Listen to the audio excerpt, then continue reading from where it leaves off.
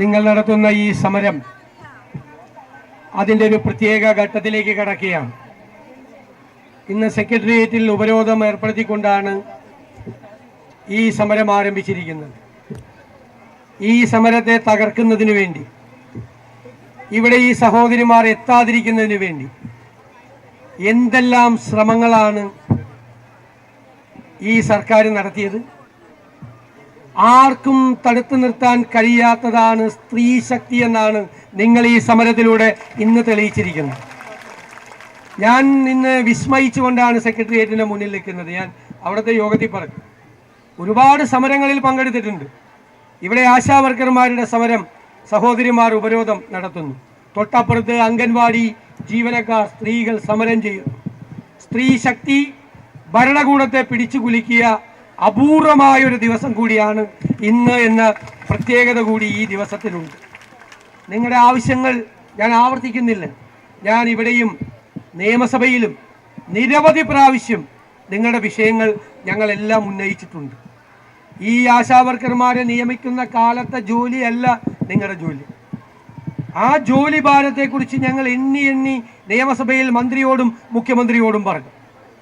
എണ്ണിയാൽ ഒടുങ്ങാത്ത ജോലിയാണ്.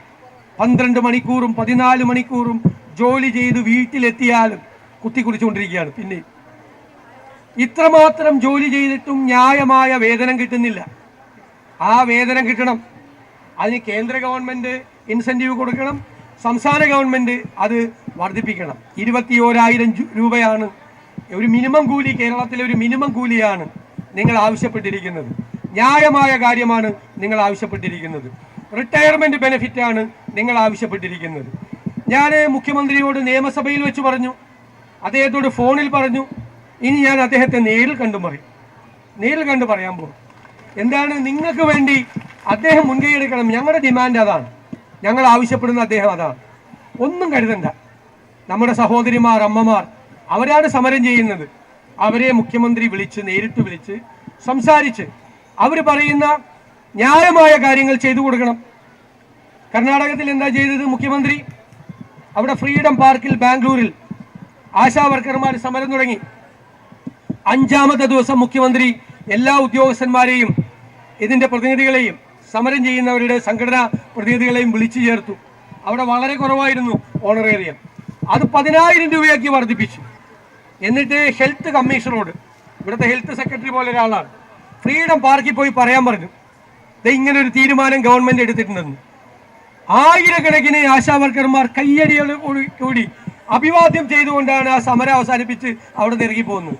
ഞാൻ നിയമസഭയിൽ ഹെൽത്ത് കമ്മീഷണർ വന്ന് ഫ്രീഡം പാർക്കിൽ മുഖ്യമന്ത്രിയുടെ തീരുമാനം പ്രഖ്യാപിക്കുന്ന ആ സന്തോഷവതികളായ ആശാവർക്കർമാർ കൈ ഉയർത്തി അഭിവാദ്യം ചെയ്യുന്ന പടം മുഖ്യമന്ത്രിക്കും മന്ത്രിമാർക്കും കാണിച്ചു കൊടുത്തു. ഞാൻ ഈ മുഖ്യമന്ത്രി കൂടി അങ്ങനെ ഒരു അവസരം ഉണ്ടാക്കണം. ഞങ്ങൾക്കിതിൽ രാഷ്ട്രീയമില്ല. മുഖ്യമന്ത്രി അത് ചെയ്താൽ ഞാൻ ആദ്യം മുഖ്യമന്ത്രിയെ അഭിനന്ദിക്കും. പ്രതിപക്ഷ നേതാവ് നിങ്ങളെ വിളിച്ച് സംസാരിച്ച് നിങ്ങളുടെ വിഷയം തീർത്താൽ കേരളത്തിൽ അദ്ദേഹത്തെ അഭിനന്ദിക്കുന്ന ആദ്യത്തെ ആള് ഞാനായിരിക്കും എന്ന് ഞാൻ വാക്ക് തരുന്നു. നിങ്ങളുടെ വിഷയം ഈ നിയമസഭ തുടങ്ങിയ എല്ലാ ദിവസവും ഞങ്ങൾ പറയുന്നുണ്ട്, മാറി മാറി പറയുന്നുണ്ട്. ഇതൊരു ന്യായമായ സമരമാണ് എന്ന ബോധ്യത്തിൻ്റെ അടിസ്ഥാനത്തിലാണ്. ഇന്നലെ മുഖ്യമന്ത്രി പറഞ്ഞത് എനിക്ക് സങ്കടമായി. ഇന്നലെ മുഖ്യമന്ത്രി പറഞ്ഞത് സമരം ചെയ്തിട്ടല്ല കാര്യങ്ങൾ നേടിയെടുക്കുന്നത്. അത് വേറെ ആര് വേണമെങ്കിലും പറയാം. ഒരു കമ്മ്യൂണിസ്റ്റ് മുഖ്യമന്ത്രി അത് പറയാൻ പാടില്ല. ഞാനിപ്പോൾ പത്രക്കാരി ചോദിച്ചപ്പോൾ പറയാം, കമ്മ്യൂണിസ്റ്റ് മുഖ്യമന്ത്രി അത് പറയാൻ പാടില്ല. ഏറ്റവും കൂടുതൽ സമരം നടത്തിയിട്ടുള്ള ആരാ? കമ്മ്യൂണിസ്റ്റ്. അത് സമരം ചെയ്യുന്നത് തെറ്റായി കാണുന്നത് നമ്മൾ ഒരു തൊഴിലാളി വർഗ സമീപനത്തിൽ നിന്ന് നമ്മളൊരു മുതലാളിത്ത സമീപനത്തിലേക്ക് നമ്മുടെ കാഴ്ചപ്പാട് മാറുമ്പോഴാണ്. മുതലാളി ആർക്കാ സമരം ചെയ്യേണ്ട ഇഷ്ടമില്ലാത്തത്? മുതലാളിമാർക്ക്. പണ്ട് പോലെ അങ്ങനെ, ഇപ്പോഴല്ല, നൂറ്റാണ്ടുകളായി അങ്ങനെയാണ്. തൊഴിലാളികളാണ് സമരം ചെയ്യുന്നത്. സമരം ചെയ്യുന്നത് ശരിയല്ല എന്ന് പറയുന്നത് മുതലാളിമാരാണ് പറയാറുള്ളത്. നമ്മുടെ മുഖ്യമന്ത്രി അങ്ങനെ ആകരുതെന്നാണ് നമ്മുടെയൊക്കെ ആഗ്രഹം. കേരളത്തിൻ്റെ മുഖ്യമന്ത്രിയല്ലേ. അതുകൊണ്ട് അദ്ദേഹം ആരെന്ത് സമ്മർദ്ദം ചുറ്റിൽ നിന്ന് ചെലുത്തിയാലും ആ സമ്മർദ്ദത്തിനൊന്നും വഴിപ്പെടാതെ അദ്ദേഹം തന്നെ ചർച്ചയ്ക്ക് വിളിച്ച് ഇതിന് പരിഹാരമുണ്ടാക്കണം. ഞാൻ നിങ്ങൾക്ക് വേണ്ടി അദ്ദേഹത്തെ തീർച്ചയായും ഒന്നുകൂടി കണ്ട് അദ്ദേഹത്തോട് വീണ്ടും അഭ്യർത്ഥിക്കും. എത്ര പ്രാവശ്യം വേണമെങ്കിലും നിങ്ങൾക്ക് വേണ്ടി.